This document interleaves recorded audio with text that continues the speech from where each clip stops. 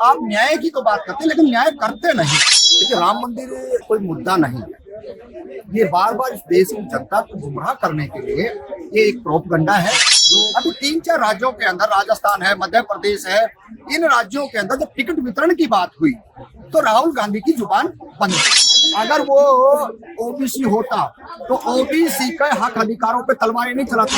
ये जातिगत जनगणना एक बहुत बड़ा सवाल है।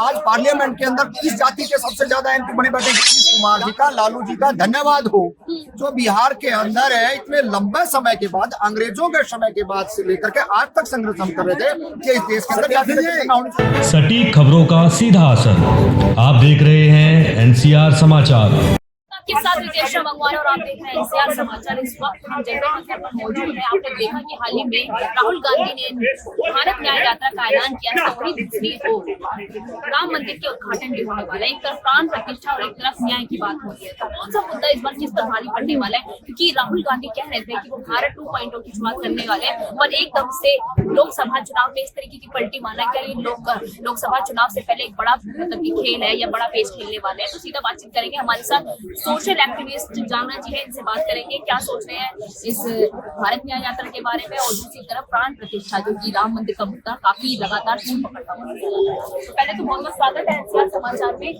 ये दोनों चीजों को आप किस तरीके से देख रहे हैं? एक तरफ धर्म और एक तरफ न्याय की बात।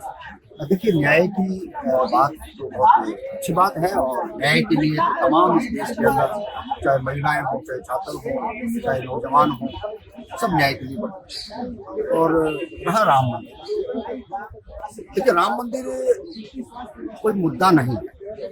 ये बार बार इस देश की जनता को गुमराह करने के लिए ये एक प्रोपगंडा है जो भोले भाले जो लोग हैं उनके अंदर डाला जा रहा है। एक प्राण प्रतिष्ठा की जहाँ तक बात आती है तो ये तो हम लोग पढ़े लिखे लोग हैं, इस देश के अंदर देख रहे हैं तमाम कि कहाँ से कोई आदमी मर जाता है उसके अंदर कोई प्राण प्रतिष्ठा नहीं डाल सकता है। तो ये पत्थर की मूर्तियों के अंदर डाल के सीधा सीधा इस देश की युवा जनता को गुमराह करना है, चाहे वो कावड़ के नाम पे हो, चाहे वो किसी और धार्मिक स्थल पे हो। न्याय की बात होनी चाहिए। जैसे कि हम हरियाणा से आते हैं और न्याय की बात है, राहुल यात्रा कर रहे हैं, अच्छी बात है, करनी चाहिए। लेकिन सवाल ये आ रहा है, आप न्याय की तो बात करते हैं लेकिन न्याय करते नहीं। अभी 3-4 राज्यों के अंदर, राजस्थान है, मध्य प्रदेश है, इन राज्यों के अंदर जब टिकट वितरण की बात हुई तो राहुल गांधी की जुबान बंद हो गई। जो मूल पिछड़े वर्ग के लोग, जो राजनीतिक में आज तक वो कहीं स्थापित नहीं हो पाए हैं, राजनीतिक गलियारों के अंदर जिसका वोट है, जो अपने आप को ऊंचा कद काठी का मानते हैं, उन लोगों को ये टिकट देना नहीं चाहते।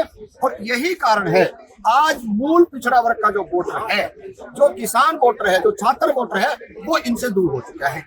ओबीसी का मुद्दा तो लगातार उठा रहा है। नहीं, कहाँ उठा रहा है? ये तो नीतीश कुमार जी का, लालू जी का धन्यवाद हो, जो बिहार के अंदर है इतने लंबे समय के बाद, अंग्रेजों के समय के बाद से लेकर के आज तक संघर्ष हम कर रहे थे कि इस देश के अंदर जाति जनगणना होनी चाहिए। और वो जातिगत जनगणना नीतीश जी ने करवाई है, जिसका हमने बहुत बहुत उनका धन्यवाद भी करा। और इसी जंतर मंतर हमने लड्डू बांटे, क्योंकि हमारी जो मेन रिक्वायरमेंट थी वो यही थी कि इस देश के अंदर आम जन जो पीड़ित है, दुखी है, उसको हक अधिकार मिलना चाहिए, ताकि मुख्य धारा देखिए कथनी और कथनी में फर्क है। वो करते कुछ और हैं और करते कुछ और हैं, तो यही फर्क है। अगर मूल पिछड़े वर्ग को मुख्य धारा में जोड़ेंगे तो निश्चित है कि ये गठबंधन, इंडिया जो गठबंधन बना है, इसके साथ में आए और इस देश के अंदर तमाम जो पिछड़े वर्ग के लोगों को राजनीतिक हिस्सेदारी मिलनी चाहिए। और इसी के लिए हम 17 फरवरी को हरियाणा के अंदर एक बहुत बड़ा एक आयोजन करने जा रहे हैं। उस आयोजन के लिए भी आज हम नीतीश कुमार जी से मिले और उन्होंने आश्वासन दिया है। ओबीसी गर्जना नाम रैली है, उसके अंदर उन्होंने नीतीश जी ने कहा कि आप तैयारी करिए और हम जातिगत जनगणना को मामले को पूरे देश के आम जन तक, जो खेत का जो मजदूर है, उस तक हम ये बात पहुंचाने का प्रयास करेंगे। और उसके अंदर जन जागृति आए और वो अपनी सत्ता और अपने हक अधिकार के प्रति, ये भविष्य के गौरव की बातें हैं और अभी इसमें कुछ नहीं कहा जा सकता। क्योंकि फिलहाल हमारा यही है कि नीतीश कुमार ने जो बीड़ा उठाया है उसके साथ हम खड़े हैं और खड़े रहेंगे, क्योंकि हमारी लंबे समय से रिक्वायरमेंट थी कि जातिगत जनगणना हो। और किसी राहुल गांधी ने ही बता दिया कि 90 सेक्रेटरी है, उसमें से कितने ओबीसी है।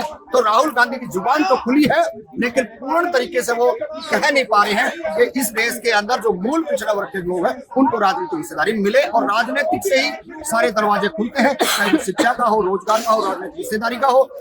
इन्हीं में ये समाज पीछे रहा है और आज इसी को लेकर के हम नीतीश जी से मिले और नीतीश जी ने ठोस आश्वासन दिया है कि रोहतक की धरती पर हम पहुंचे। अगर वो ओबीसी होता तो ओबीसी के हक अधिकारों पे तलवारें नहीं चलाता। ये तलवारें चली हैं तो ये तमाम ओबीसी के लोगों को आरएसएस की शाखाओं के अंदर भेज करके उनको कहीं भी सामाजिक न्याय नहीं मिला है। उन लोगों को कहीं ना कहीं गरीब बिछाने का और फालतू के आडंबरों में, चाहे वो हरिद्वार का मामला हो, चाहे वो गढ़गंगा का मामला हो, चाहे और तमाम जो धार्मिक जो सतल है उनके ओर बढ़ाने का है। हमने इस देश के अंदर शिक्षा चाहिए, रोजगार चाहिए, राजनीति नहीं दे रहे ना। अगर वो देते तो आज ये हालात नहीं होती। पिछली सरकार को हम लोगों ने भगाया था। शायद हो सकता है नरेंद्र मोदी जी आए, ओबीसी का नाम लेकर के आए, लेकिन ओबीसी को जितना ठगा है इस देश के अंदर और किसी प्रधानमंत्री ने नहीं ठगा। इससे तो अच्छा इस देश के अंदर वीपी सिंह था, कर्पूरी ठाकुर था, जिन्होंने कम से कम अपनी सत्ता रहते हुए इस देश के आम जन की बात कही, शिक्षा और रोजगार की बात कही। आज हमारे आइकन वो हैं और उनकी प्रेरणा को लेकर के, उनके मार्गदर्शन पर चल करके आज नीतीश जी ने इतना बड़ा। देखिए, भाजपा वाले कुछ भी कहते रहे, भाजपा वाले एक प्रोपगंडा फैलाने में बहुत माहिर है। सारे प्रोपगंडे हैं। आप पहले देख लिए 15 लाख का जुमला निकला, 2 करोड़ नौकरियों का जुमला निकला, राम मंदिर का इन्होंने कहा कि डेट नहीं बताएंगे, राम मंदिर वहीं बनाएंगे, इन्होंने नहीं बनाया, कोर्ट ने बनाया। ये तो खाली, चाहे वो दिल्ली के दंगे देख लो, चाहे वो मुजफ्फरनगर के दंगे देख लो, चाहे वो हरियाणा के 2016 के दंगे देख लो, चाहे नूह के दंगे देख लो, चाहे गोधरा के दंगे देख लो, इन्होंने इस देश के अंदर जाति से जाति को लड़ा करके इतना आपस में भाईचारा खराब किया है। इस देश के अंदर इससे पहले तो नहीं सत्ता रही है, उन्होंने कभी भी नहीं किया इस तरीके के। पर आपको नहीं लगता क्या विपक्ष में यही काम कर रहा है, जाति से लड़ाने के लिए? विपक्ष तो हक अधिकार की बात कर रहा है ना। अधिकार देखिए नहीं, जातिगत जनगणना एक बहुत बड़ा सवाल है। आज पार्लियामेंट के अंदर किस जाति के सबसे ज्यादा एमपी बने बैठे हैं? विधानसभा में कौन जाता है, लोकसभा में कौन जाता है? हम हरियाणा से 90 विधानसभाएं हैं, 90 में अति पिछड़ा एक चुन के जाता है, 90 में से एक, आबादी 40%। ये समझना पड़ेगा। अगर सामाजिक न्याय की बात करती है पार्टियां तो उनको सोचना पड़ेगा कि 40% आबादी को एक टिकट 90 विधानसभा में, इतनी बेशर्मी की बात है। ये बात तमाम उन राजनीतिक लोगों को हम कहना चाहते हैं, टिकट नहीं तो वोट नहीं। देखिए, 24 में हम नरेंद्र मोदी को भगाएंगे और इस देश के अंदर जो सामाजिक न्याय की बात करेगा उसको हम बताएंगे। यही हमारा संकल्प है। इसीलिए हम नीतीश जी को हरियाणा की धरती पर बुला रहे हैं 17 फरवरी को। और नीतीश जी का बहुत बहुत धन्यवाद जिन्होंने आज आने के लिए कहा है। और इसी बात को लेकर हम गदगद हैं, जातिगत जनगणना को मामले को लेकर, और उन्होंने हमारा आमंत्रित स्वीकार किया। ये हमारे लिए बहुत बड़ी बात है, गर्व की बात है कि कम से कम जो कर्पूरी ठाकुर के फार्मूले को लेकर के पूरे देश के अंदर आज जन जन तक पहुंचने का प्रयास कर रहा है। और आज हम उनको बधाई भी दे के आए हैं अध्यक्ष पद की, ताकि इस देश के अंदर आम नागरिक इस बात को समझ सके और वो आम जन तक पहुंच सके। ये हमारे लिए बड़ी गौरव की बात है। इस देश के अंदर अगर कोई सामाजिक न्याय योद्धा है तो वो नीतीश कुमार जी है। इसके लिए हम बिहार में जो सामाजिक न्याय का जो काम किया है, जो जनगणना करवा के जो वहाँ के जो आर्थिक आधार जिसको लोगों को पता चला कि किसके पास क्या संसाधन है, उसके हिसाब से अब वहाँ पे बंटवारा हो जाएगा सभी जातियों में। आप जो कह रहे थे ना कि वो जातिवाद फैला रहे हैं, ये जातिवाद नहीं फैलेगा, ये तो जाति से वर्ग में आ जाएगा, वर्ग बन जाएगा। जो 3750 जातियां हैं वो एक पिछड़ा वर्ग में आ जाएंगी, तो ये तो जातियों का समूह बढ़ जाएगा। ये जातिवाद नहीं फैलेगा, इससे देश की एक अखंडता को मजबूती नहीं। अगर विपक्ष सोचता तो अभी 6 महीने से राहुल गांधी कह रहे थे कि हम ये करेंगे, हम जातिगत जनगणना करवाएंगे, ये करवाएंगे, टिकटें भी देंगे, लेकिन उन्होंने न तो किसी राज्य में जो उनकी सरकारें थी, 4-5 राज्यों में उनकी सरकारें थी, किसी भी राज्य में उन्होंने जनगणना नहीं करवाई, ना ही उन्होंने मोस्ट बैकवर्ड के लोगों को टिकट देने का काम किया, जिस कारण उन्हें हारना भी पड़ा। तो राहुल गांधी कह कुछ रहे हैं और कर कुछ रहे हैं, इसलिए जो है ना, हम जो पिछड़े वर्ग के जो लोग हैं वो नीतीश कुमार जी की तरफ देख रहे हैं। ठीक है, मेरा एक और सवाल है।